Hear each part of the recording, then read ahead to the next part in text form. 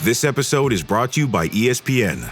Catch the first WWE Premium Live event on ESPN, WrestlePalooza, live on Saturday, September 20th at 7 p.m. Eastern Time. It's going to be an epic night in Indianapolis, featuring some of the biggest WWE superstars.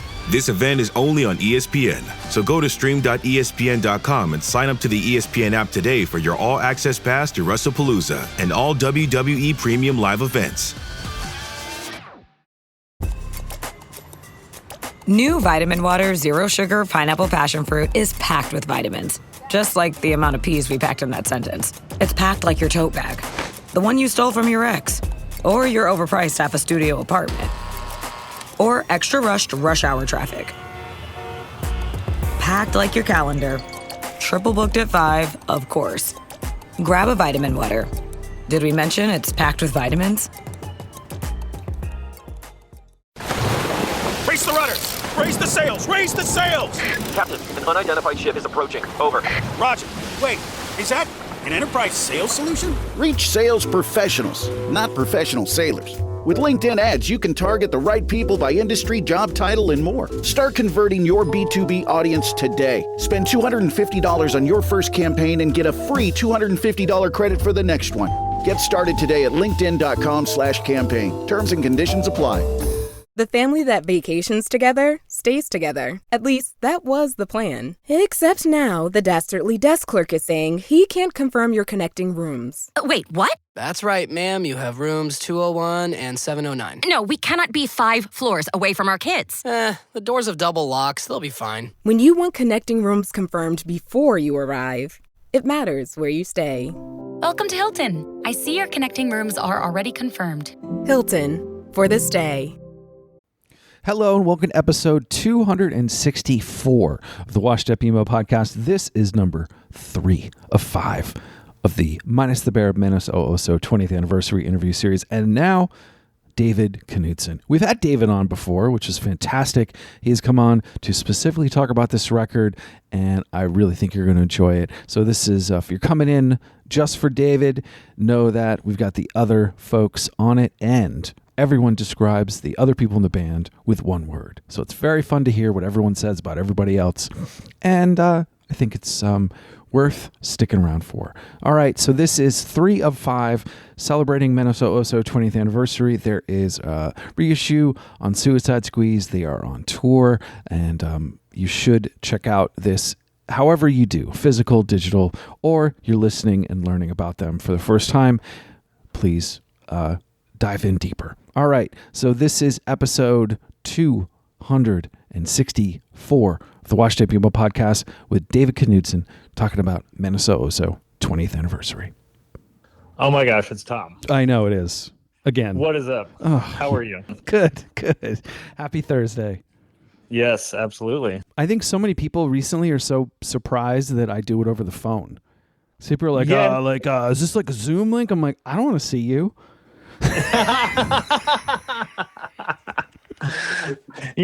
Sometimes that's too much information. It's distracting, right? I'm thinking of 22-year-old David, right? I am thinking of 30-year-old David. I'm not thinking of current David. We're thinking back, right? Yeah, no. This is the 20th anniversary. I hear you.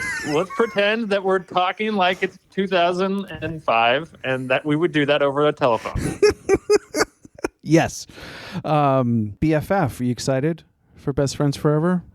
Oh yeah. No, I mean that's gonna be awesome. I love the festivals these days that are like the curated, like small, non mega thing. It's like, there's a place for like Bonnaroo and Coachella and like the huge things, but it's fun when it's when there's like a target audience and people are going to be stoked about every band that's there, and it's a little more niche. Yeah. I don't know. I think that's like a more fun vibe than like, you're at some massive thing and there's so many bands and there's 5 things to see at the same time. Whereas this is like, ping pongs between a couple stages and you can kind of catch everything, all of it if you want. Yeah, you can totally catch all of it. And last year, that's what everybody just kept saying. I might have told you this when we spoke last, but it just was crazy. Everyone's like, man, it just seems really cool. Like, I'm just able to see all the bands and it's not crazy. And then I agree with you on like the niche part. Like a lot of people were hitting me up. I mean, I think I might have said this to you. Kinsella, when the second one got announced, he's like, is this your fest? He thought it was mine. Well, yeah. I mean, it is. They are kind of stealing your they are kind of stealing your target audience. But it's like it's perfect for you. You need to like curate like a special secret show or something. Like, or is there like a post like after party washed up emo after party? Hosted by Tom at like some casino club that's like right near the. Oh my God! Great idea. So like Sunday at midnight. Or something, or Friday and Saturday at midnight. Yeah, fuck. Yeah. I mean, it's Vegas. Like, no one's gonna go to bed anyway. We have 2 shows in LA on Saturday and Sunday, so we're just there Friday night, and then we go to LA for a couple shows. Right, I miss those. That's so weird to see like your other fans that didn't go. Like, it's actually going to be really interesting to see. Like, are there more beards at the festival? More beards? I'm joking. I mean, I think there's just a lot of beards these days in general. True. I mean, who knows? Sorry, not beards, but maybe it's more mustaches. Like I don't know. Okay, like Raleigh fingers, or are we doing like what the Yankees are doing? Well, like they let the Yankees do now. Yeah, like the wannabe firefighter mustache. Yes, porn stash. We used to call that the porn stash. Yeah, sure. Okay. I like firefighter stash. I feel like that's a little bit more highbrow than porn stash. Like let's be a little more respectful and give the firefighters their due. They've been doing this forever. They serve a great role in our society. They also put out a fire. The other ones make fire. Yeah. Ooh, wow. You're welcome. Thank you for that. I'm so excited that we're talking about this record, 20 years. We are back in 2005. We are on the phone. There is no video. You're able to do many things while we speak. What has it been like, thinking about it, having this sort of happen? I know all the usual stuff, but anything else come up for you to be like, this is kind of weird, I wasn't expecting this? Just like all these little moments that are kind of like, it's like opening like little time capsules, of like stuff that I haven't like thought about for 20 years, whether it's like, listening to the record and having like each song be like its own little capsule of like riffs and inspiration, like, or going to check out the gear that I was using from back then, or going to like the storage unit and looking through and finding stuff that we need for rehearsals, and just like being hit with a wave of memories of, this was the banner that we used on the Oso 10-year tour, and this was like the pedal that Jake used on for distortion on like the beer commercials EP. There's just been like a big, huge, like, I haven't thought of a lot of this stuff in a long time, but to go back and have it serve a purpose again is fun to, like relive all those memories and kind of like get those like hits of nostalgia that are just such core memories get triggered from seeing all this stuff. Where was it? Where was all this shit? Well, some of it was in like the storage unit that's down by where we're rehearsing that we've kept forever. And like, there's like stuff in the back there that hasn't been touched in probably a couple decades. And then some of it's just like guitar pedals that have been, stuck away in a garage, or like guitars that haven't been used in a while. But there's a lot of, or there's actually, there's like computer files, like there's demos, there's like boombox recordings of like us playing what is the very first version of Pachuca Sunrise, which is so slow. Really? And has a ridiculous like title, like something that was, God, what did we used to call it? Like Kingdom. You would have been imploded in 1999, blah, blah. There was something like you would have been America's Next Top. There was some sort of America's Next Top Model joke in a song title that was like what Pachuca began as. Wow. Because, America's Next Top Model, that was like. That was it. That was huge. In 2004, 2005, like that was like some stuff. But yeah, like even like some of these like, photos from back then, when we were putting together this like photo book that's in the reissue. And yeah, like these old demos are just like really crazy to listen to, and just go back in time and like, oh, we recorded this in 2004 on a boombox at the practice space. This is crazy. I mean, so you had not even looked at those things. They were collecting dust. They were in a box. Were you the one that went through it? Was it the band? Oh, yeah, I mean, was it kind of everybody kind of going, oh, remember this photo? Oh, I forgot about that. Like, what was that? Oh, well, I'm guessing that everybody has I'm guessing Has that their each own of us crowd? have their own moments of that, like, sort of exploration and nostalgia or whatever. But yeah, for me, it was just like things in the storage unit, like, audio files on an old hard drive, random sleeves of photographs, that were in the garage that I found, all kinds of stuff like that. That's cool. Did you guys have like a goal or a, some like an energy that you had felt during this recording? I think the goal was to just continue evolving, right? Like, I was thinking about this before we hopped on the phone call, and it was like, up until this point, we were known as like the math rock band with guitar tapping and really long, silly titles. Like, that was kind of how we were pegged. And when you would go to like a town and they do the little write up in the weekly, it wouldn't necessarily talk about the music. It would say, check out these song titles, go see them play. And I think, not that, and we always took the music seriously, but I think this is the record where we stopped doing the silly song titles, and wanted people to focus more on the music. And so I think maybe subconsciously that was a goal. It was like, let's obviously continue writing music that inspires us and that we love, but at the same time, like, let's present it in a way where people are going to take us as more seriously as musicians and not just like a funny song title band. Wow. And so, that was kind of I guess that was a subconscious goal. I mean, for me, if we're talking stylistically about like writing the music and being, being a musician and all that, there's definitely a shift, right, from like doing all the guitar tapping stuff to those following years after Highly Refined Pirates, just exploring and being exposed to a lot of, sample based like dance music, like IDM stuff, and like wanting to, like I've talked about this before, but wanting to do those types of like stuttery sample sounds and explorations with programmed drum beats and all that stuff, like artists like Fortet or Caribou or Amon Tobin or DJ Shadow, or, like DJ Shadow, that was a big, huge influence for us, like on the, introducing, there's like so many songs where like the drums are cut up and the samples are cut up. And so, when we're writing this record, we're drawing from those sorts of influences. And that was definitely a huge shift in terms of the musicality from the more fluid guitar tapped riffs to something that was a lot more stop start stuttery and maybe had more of a hip hop or dance influence than a lot of the earlier music. Was that set going in to the recording process, or was that something that evolved? I know you guys did a lot of like practicing, but I kind of interested to hear about that shift for you from, and the band's response, or maybe a challenge of trying to make that shift. And I'll do an example of, I can't not write 6/9, like or 6/8. I cannot not write a song in 6/8. And then I have to like purposely do 4/4 or 3/4, really change it up, because you had done that specific type for so long, or that, known for that, and that record did really well, to then shift into something different. Were there challenges in recording? Were there challenges within the band around that?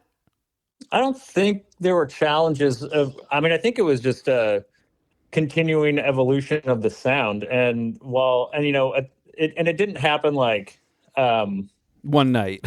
Yeah, exactly. I mean, it definitely happened. Like, all the songs and stuff were written and rehearsed and played well before we got to the studio. So all of this like sampled, stuttery, kind of like triggered stuff was worked out before we, went in the studio. But I think it was more of a transitional thing that kind of happened on the Beer Commercials EP, because, on that EP, there's still a lot of tapping, but that's the first EP where the sampling starts to creep in, on songs like Pony Up or Fine Plus 2 Points. And then, that really, was a big eye opener for me. And that's kind of like, when the light switch turned on, and it was like, well, crap, Like, let's take this to the next level. And instead of having one sample pedal, let's have multiple sample pedals. And then, let's have Jake do some sampling too, and let's sample shit together, and let's, just really go all in on this new direction. And it was just a super inspiring time, and I feel like we were all sharing a lot of the same influences, and so it was like it was fairly easy to when we were writing, sort of reference something and have other people know what we were talking about. How did it intermix from, like, it's almost like a lot of people in the band solo? Does that make sense? Like, there's a lot of moments where they all can stick out. I'm not saying it's like Yngwie Malmsteen where everybody fucking points. Like, everybody kind of points and everyone like shreds. And I have seen him live, and it is ridiculous. He does have a fan behind him that blows his hair. He has a comb. All right, sorry. So but for you, like, it again, there's a lot going on. And so, like you said, the samples, the guitar parts, but you could listen to each instrument and it could almost be soloed out and you could still have the musicality. So that's where I really, that's when I mess around with this record and I have been able to do isolating tracks and listen. It's interesting how I know that it's a little heady, but I just think it's interesting how everybody's soloing in my head when I was listening to it, but it all kind of works. Have you ever heard that? Is this, you're crazy, Tom? This is no. I haven't heard. No one's necessarily said that. I don't think to us before, but I feel like we probably all made a conscious decision to sort of have things that are more prominent in certain sections, like this drum fill here, or this bass part that comes in here, or Jake soloing and having this like soulful lead over this part. Like, I think that's, one of the things that makes the record fun is that there's like, you can latch on to, a different instrument each time, right? Upon subsequent listens. I mean, when Aaron and I are, a lot of the songs were written with Aaron and I just like banging out ideas together in the rehearsal space. And so I feel like a lot of the stuff was written with us just like completely locked in with each other and dialed in, and then, everyone would come in and we'd rearrange stuff or rewrite, things. And, we'd all kind of like arrange the song. But like the basic parts of the song were there, and then everyone else could sort of elaborate on it and do their own thing around it to help either reinforce it, or we would, kind of like massage it so that the best parts, popped out when they needed to create the most hooks and the most memorable sections and all that stuff. Was that during mixing? No, I think that's probably during, like, I think a lot of that's during writing, but definitely the mix had a lot to do with it. Like, we definitely had like a drum sound. I don't know if Matt talked about this, but like there was this is the first record where I remember spending like having a distinct like idea of what the drums should sound like. And, everyone kept talking about it being tight and wooden and natural. And instead of, like when we recorded Litho before, a lot of stuff is just, that room is big and huge and open, and there's a lot of room sound to it. And this was about like making everything dead and tight. And then if you want it to be big, then treat it to get it to sound like that. So, we built like, I guess Matt and Aaron built, a big kind of like, I don't know, they built like walls around his drums, and then there were blankets and everything over the top of it to really deaden the sound. And I think that kind of like was one of the great, decisions of the record, to get that tight drum sound where you can hear all those nuances and it's not like lost in a big cavernous room sound. Mm-hmm. And I think so some of those drum parts that are so memorable is all that intricacy of those parts being audible to the listener. But, a lot of times with Minus the Bear songs, the music idea, or the musical sections were written, first, and then Jake would write lyrics afterwards. And, we always knew that we wanted to have memorable, hooky, songs. And we knew that we wanted to have like, kind of like a pop structure to some of them, or, to a lot of them, like verse, chorus, bridge, that kind of stuff. So we definitely like made things certain lengths where we knew vocals would fit in. And, while Jake wouldn't necessarily have vocals and lyrics for a song totally done, like he'd be like, well, we should make this part a little longer so I have, space right here, or I have an idea and it requires this many more bars or X, Y, and Z. So, yeah, I mean, that's just kind of how the band rolled. Like, I don't know. That's just how it naturally worked for us, is that we kind of like came up with a structure and wrote the parts and the songs and had an arrangement. And then Jake would come in and throw down the awesome Jake lyrics on top of it. Hell yeah. Okay. That makes sense.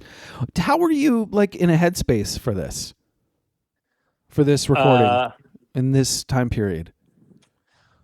Headspace. I mean, I was just like inspired, both like musically and, like I was working at a design firm, so I was like working there a lot. So I was inspired with lots of different graphic design stuff. So, I was like going back and forth, I'd get off of work at my design job down in Belltown and then head over to the practice space. And then that's where we would start jamming in the evening, at like 6 or 7 or something like that, and play for a little while. And then I'd go back to Capitol Hill and probably go back out to the bar with the boys in the band and go to the Cha-Cha Lounge or something, and then head back to work in the morning and do it all over again. But it was, it was just a super creative, time in my life, whether it was, design work or music.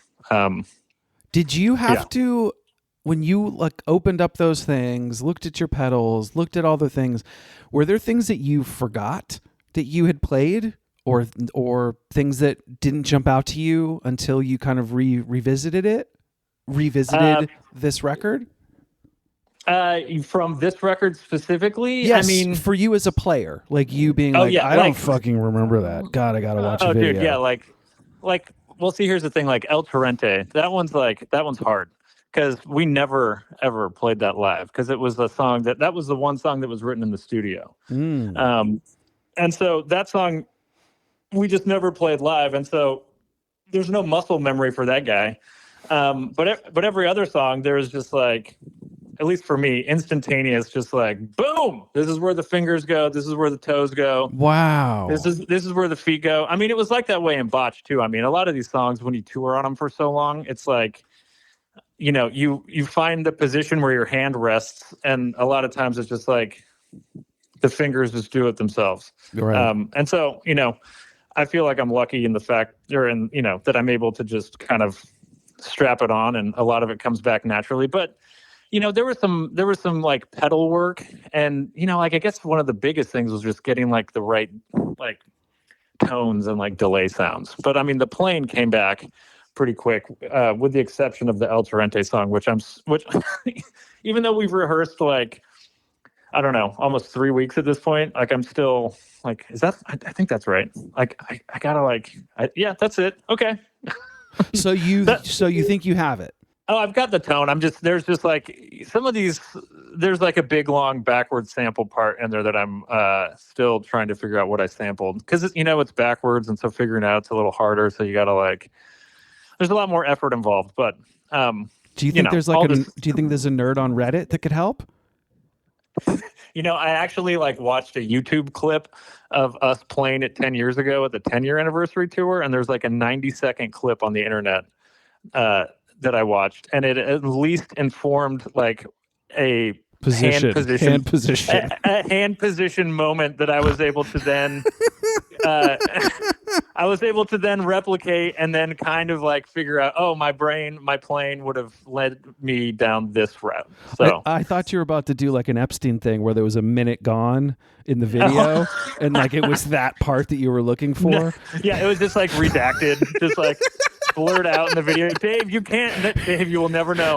Oh my God. You will never know what you did. Whatever that backward sample is. Yeah, no, it is funny. I remember when some of these reunions, when they're 10 years, people were like, hey, Tom, I know you got some videos. Do you have any of us from this? I'm like, oh my God. And that's why I brought this up of like, yes, you've toured on it, and you might have found that it's in on the 5th fret, and you're like, okay, cool, good to go. But the muscle memory, I mean, that's very cool to think about. And also, I mean, talking to, Corey, like he hadn't been playing that much. Right. So kind of have this to be all in a room and be in different spaces. Can you talk about kind of coming together again and playing these songs together as you're sort of practicing? What's that been like for this record?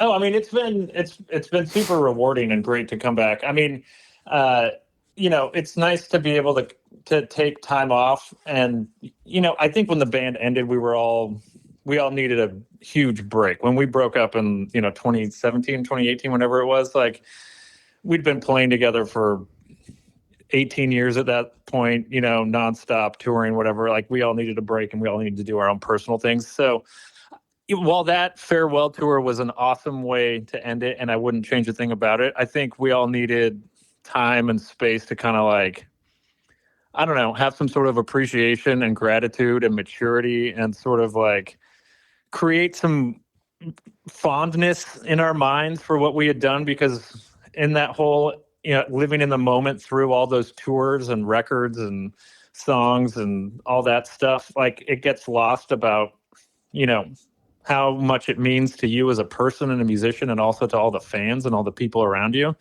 So it was really, it was really amazing to get back in the rehearsal space together, which, I don't know if anybody else told you this, but it's like the same rehearsal space that we had for like 10 or 12 years before we broke up. Like, it was still available and no one had really rented it out. So I hit up the woman who runs the space, and I was like, do you have anything available? And she was like, I actually have your old room. It's ready for you guys. And I was like, what? Shit. So, I mean, like stepping back into that same exact room where we had written like, Planet of Ice and Omni and all these other records and stuff. It was pretty wild to go back there and, be, I don't know, more appreciative and like have perspective and gratitude towards like what we'd created and what each of us had brought to the table, and be able to like play the songs with kind of like eyes wide open again, as opposed to like, this is just what we do, like, I don't know if I'm explaining that right. I mean, I've been waiting to respond. I'm so excited. It's kind of like you went back. I'm not religious. You went back to church. You went back to the place that you had your baptism. You got married. Like, you had all these things happen in that room. Yeah. And it could have been the smell. I was going to ask about that. Like, was it the same smells, or was it obviously like even the path to it? That is going to that is a good energy. Yeah, no, I mean, there was some bad mojo in that room. So, okay, but I'm saying this is on fondness when you're walking back, not during. Yeah. So, but yes, there was. What bad juju was in there? Well, previously there was just bad juju around. Like, I don't want to talk about negativity in this thing, but there's just like stuff that happens, when you're in a band, and totally people leave and you get in arguments and you don't have good days and you're fighting with each other and you're not, there's stuff like that happens. But then to be able to come back and just kind of like be like, holy shit, this is where it happened. And here we are again. And we're all in the room and we're healthy and happy and we're grateful to be here. Like, let's start playing. And then you start playing. And I mean, at least for me, it's like just a flood of, how do you describe it? I mean, it's, joy is maybe too strong of a word, but it's just like satisfaction. There's like it's joyful too, but it's like just a wave of like, wow, this is like happening again, and I am satisfied and at peace with what happened in the past, and I'm ready to do this in this like new way moving forward. Yeah. And I do not compare at all, because no one's ever heard of my bands, even though they're on Spotify. And if anyone finds them, good luck. But if and I have a solo record, not under my name. But but I remember playing with folks in a room, and the first time that you got something right, or the first time you brought something back after discussing it, and it hit a note, and you all seemed to look at each other at the same time. And I was like, oh, it's not really joy. It's like deeper than that. You can feel it really deep in your body.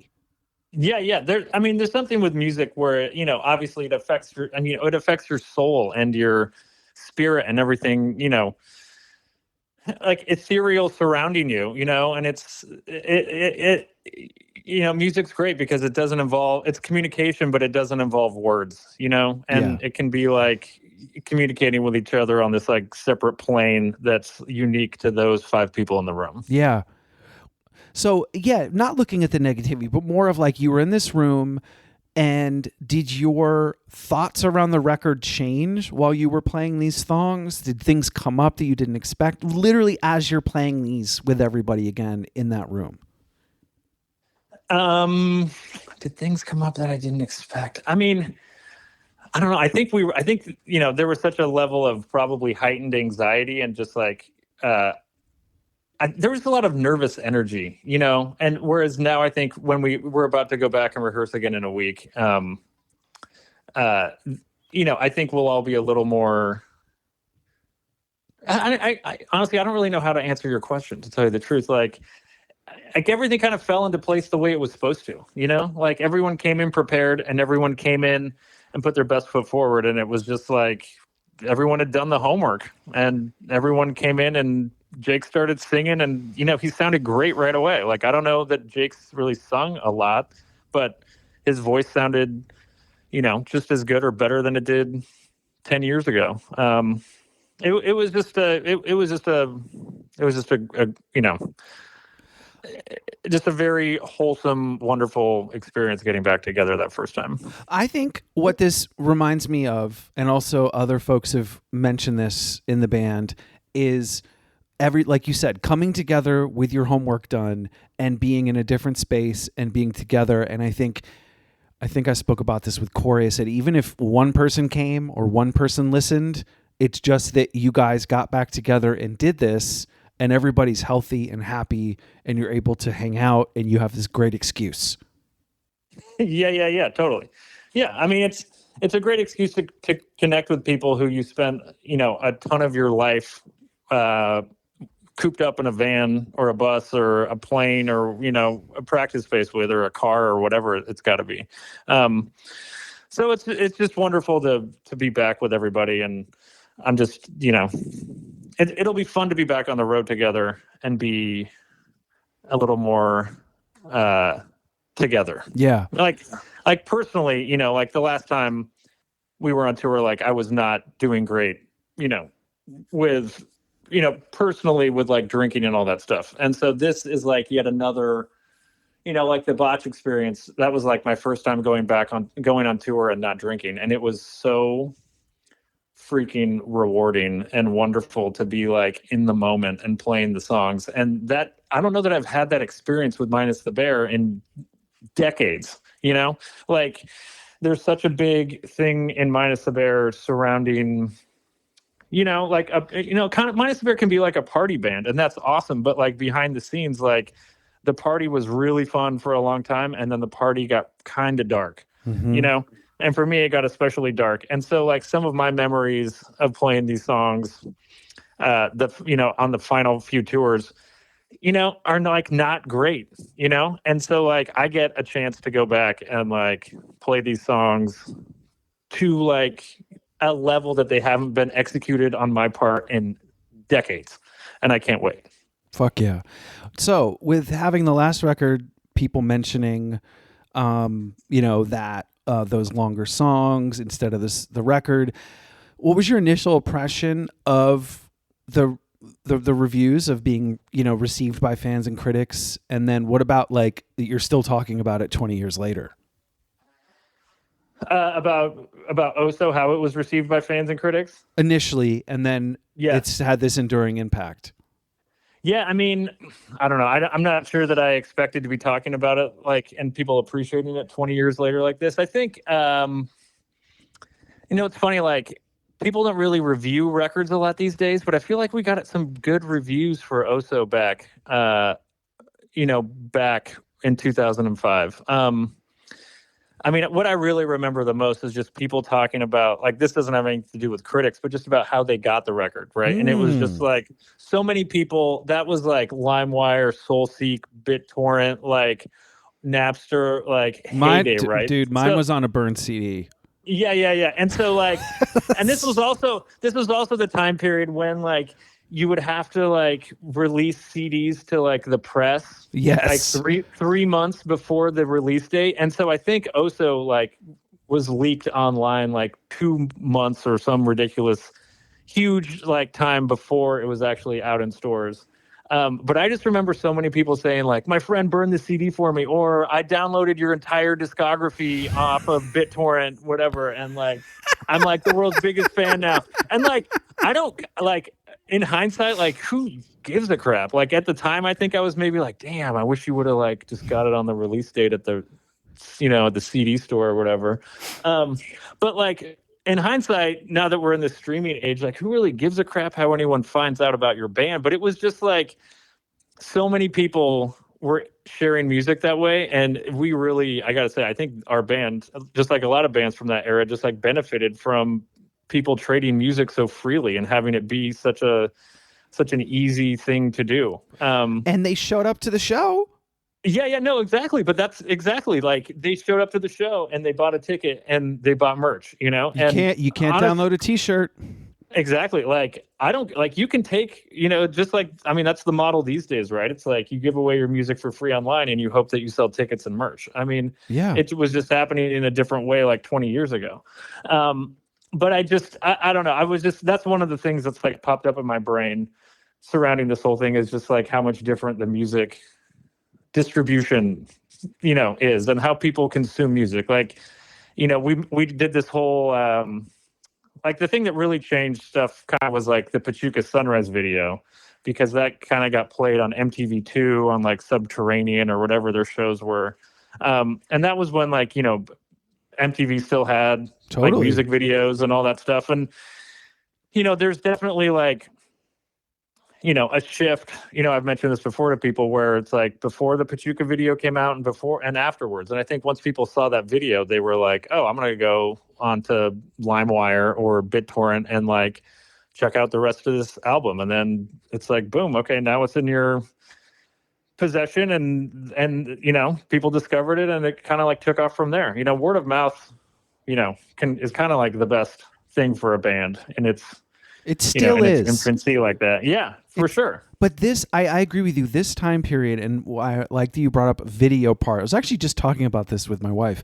I was telling her how I would rip betas for video shows around the country and personally go down in a train from Albany to Fuse and MTV and hand deliver fucking music videos. And I had colored one sheets of them to look at while they watched the video to decide where it went.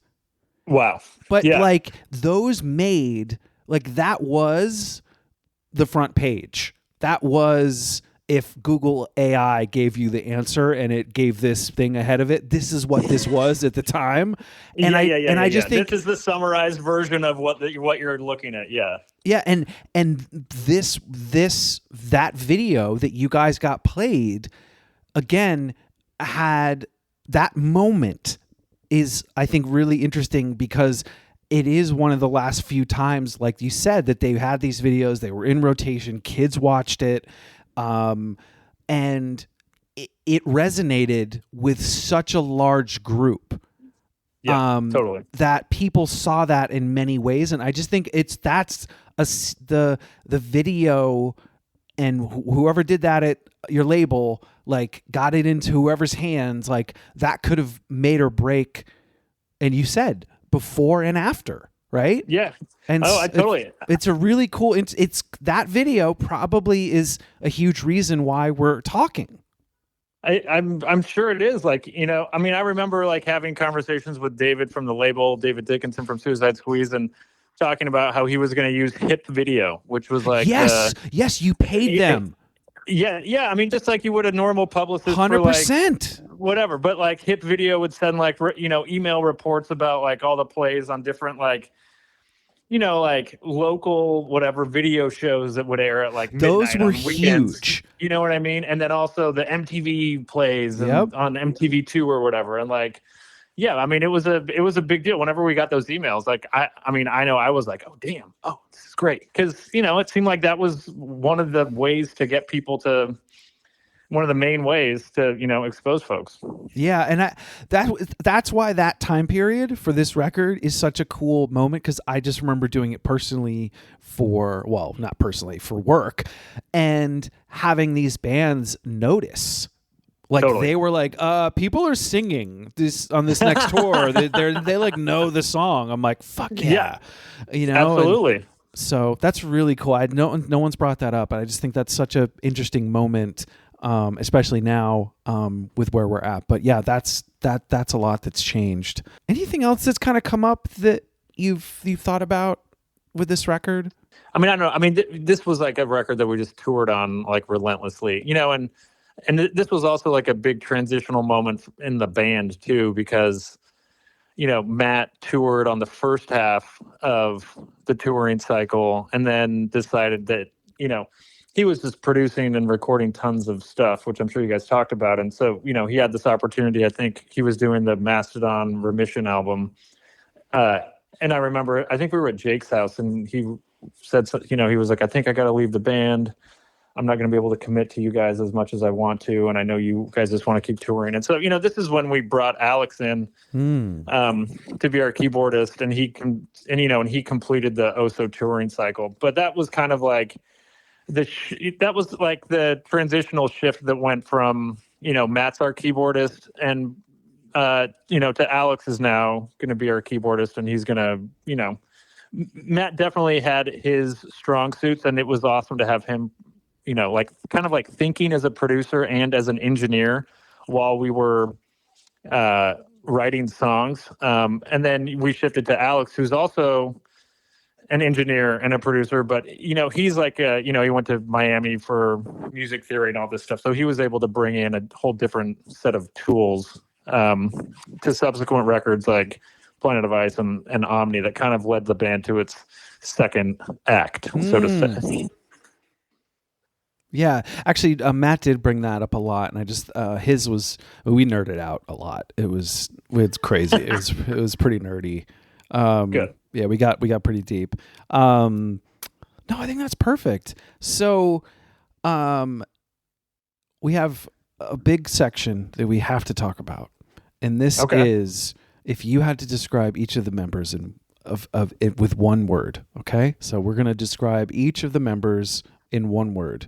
If it turns into a phrase, that's okay, but I want one word and why. All right, we're gonna go through each one. Ready? The question is, if you had to describe each of the other members with one word, what would they be and why? And we're going to start with Jake. Oh, I mean, sarcastic is one that comes off immediately, but I don't know if that's like... Yep, why? Just, offhanded humor. And, he's very dry. And sometimes with his humor and his comedy and his way of speaking and kind of matter of fact, but a lot of it comes off as, fairly sarcastic. I don't know. Like, I like that. That's perfect. Is that okay? That's perfect. Let's do Corey. I would say Corey is a lover. Like, Corey wants to embrace things at a deep level and just has love for all the stuff that's around him. I think whether it's his art or his animals or his family. I love it. I think that's a good one. Fits. That's solid. All right. You're doing a lot better. All right, next one, Matt. Analytical, I guess. Right, I would say. I'm glad you finished the word. I'm joking. Yeah. Yeah. I mean, Matt's just got his head down. Matt's one of my best friends, and he is very serious about certain things, but he is goes very deep, and he loves to nerd out on some of this stuff. And so having him as an engineer was a perfect fit. So yeah, I would say he's maybe detail oriented is a better thing than analytical. Okay. All right. Love it. Yeah. That's great. All right, Alex. Oh. Alex is... Oh, there's so many words to describe Alex. He is full of opportunity. He wants to explore every option constantly to its bitter end. Like he is like analysis paralysis. Kind of. He's like a explorer of ideas and won't quit until until he's gone through every possible scenario and variable. Interesting. Does he play video games? I don't think he plays video games. No, but like musically, it's like he would be really good at video games. You think so? Right. I mean, you've like these, you have side quests, the main quest. You need to find this thing to get this thing, right? There you go. Yeah, totally. But bringing it back to music, yes. What is it like with music then? With like that? Well, there's just like so much. There can be so many options. Like, what if I play this chord, or what if I add a seventh onto this chord, or what if I use this tone, or what if this delay? Oh, and he's so music theory oriented. It all makes sense. Or what if this delay? What if this delay is in the lo-fi mode, but it repeats a few beats longer than this, more clear delay mode? Or what if I add this textured pad on top of this, synth lead sound? How does that interact with whatever? I mean, and you know what? In keyboard land, wow, I don't know how you ever decide anything because there are so many options. So yeah, that's the thing. At least we're in, like, a guitar is in tune. You're not going to tune it during the song, and it's that it's like I have this is my palette. But you're right, a keyboard, like one button, all of a sudden you're doing something else. Yeah, you can go all over the place. A guitar is gonna you're gonna fret it here, and there's these notes this direction, but you're like, how many octaves up and down can I go, and how many different sounds, and should it sound like a machine gun or an organ? Right. So, yeah, there's so many options. I think I'm glad he went the music route versus the video game route. Yeah, me too. That was helpful. I'm not saying he went down that route, but I'm saying his time spent. Yes, it's used so much better. Absolutely. That was very good. So if you could send like a little message back to 2005, specifically about this time period in this record, is there any advice or encouragement that you would offer yourself? Oh my gosh. I could go back in time and talk to myself about this record. It would be document the sample and good lesson for everybody. Film your shows, yell out the chord changes. Document what you're doing when you're recording weird samples so that you can then go back and relearn them, which is something that I actually kind of still haven't learned even 20 years later, because there's a lot of stuff on that solo record that if I were to ever play any of that live, I'd be like, what the hell's happening?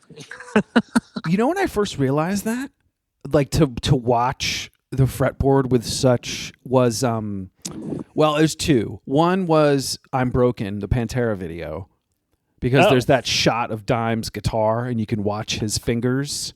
Oh, uh-huh. And then also, I remember Austin City Limits was not MTV cut. It was very the director fucking knew when to zoom in on Stevie Ray Vaughan, Oh, yeah. And so I could watch. So I feel like there's those few moments where it's I resonated with when it I was like, how do you when you watch a Tonight Show or something and you're like, why are you not on the guitar right now? Dude, he's shredded. Seriously. Yes, all the time. I think that constantly. And when someone gets it right, I'm like, thank God. Who are these people that are directing these that's video how I shows know. or late night shows? It's like Warped Tour. Sure. I was watching the Warped Tour stuff from Long Beach.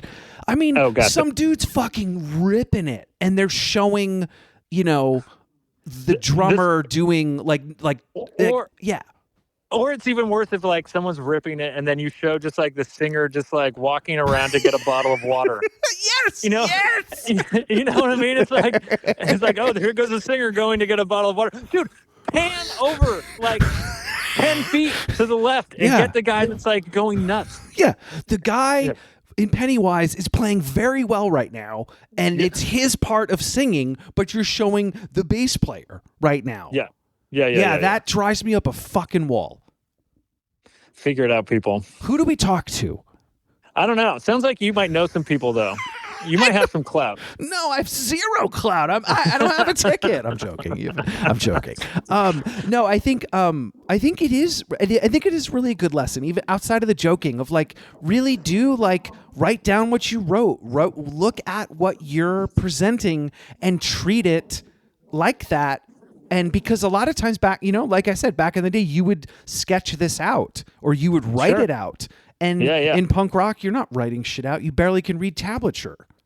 I mean, now that we're talking about it, I will say devil's advocate would be like, if you're writing it out, you're not going with the flow, and the next thing could be even better than what you like stopped to write out. No, I mean like when it's like done, like you've toured on Menos. Yeah. When it's actually done. Sure. Yeah. Oh no, totally. No. Oh my God, I hated people like that. You would have like no offense, but you would have like a theater person play like piano with you, and they like didn't know how. I was like, can't you just fucking solo? And they were like, I'm like, God damn it,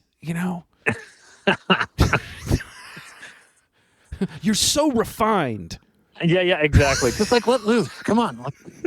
Hey, don't you feel it? Yeah. Don't you feel it? Stop reading. Yeah. Yes. Yeah. No. Good. I really appreciate that. That was super funny. That we're both angry about that. Have a great rest of your night. Thank you for the time. Oh, no sweat, Tom. I appreciate it, dude. See you in Vegas. See you in Vegas. Bye.